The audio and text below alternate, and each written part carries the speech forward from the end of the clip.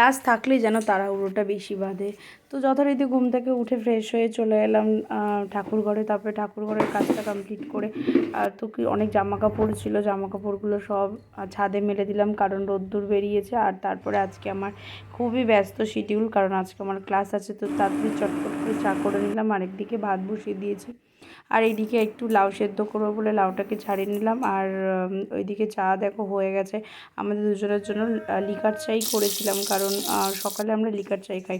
তারপরে বেগুনের ভর্তা করব বলে, মানে কি করব, কি রান্না করব, যেহেতু আমি ক্লাসে টিফিন নিয়ে যাব, আর আমি বাড়িতে যেহেতু দুপুরে খাবো না, তার জন্য ওর জন্য একটু ভর্তা করে রেখে দিয়েছিলাম, ব্যাস এইটুকুনি। তারপরে চটপট বাসনটা মেজে নিয়েছিলাম, মেজে নিয়ে তাড়াতাড়ি রেডি হয়ে গেছি, কারণ আজকে এমনিই লেট হয়ে গেছিলো তোমার। তারপরে ও আমাকে তাড়াতাড়ি করে দিয়ে এসেছিলো বাইকে করে, কারণ না হলে আমি সত্যি ট্রেনটা পেতাম না।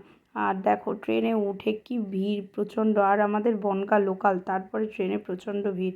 তারপরে যথারীতি যেহেতু আমার ক্লাস বনগাঁতে, তোমরা সবাই জানো, তারপরে হচ্ছে তোমার স্টেশনে চলে এসেছি আমি অনেক কষ্ট করে, যাই হোক।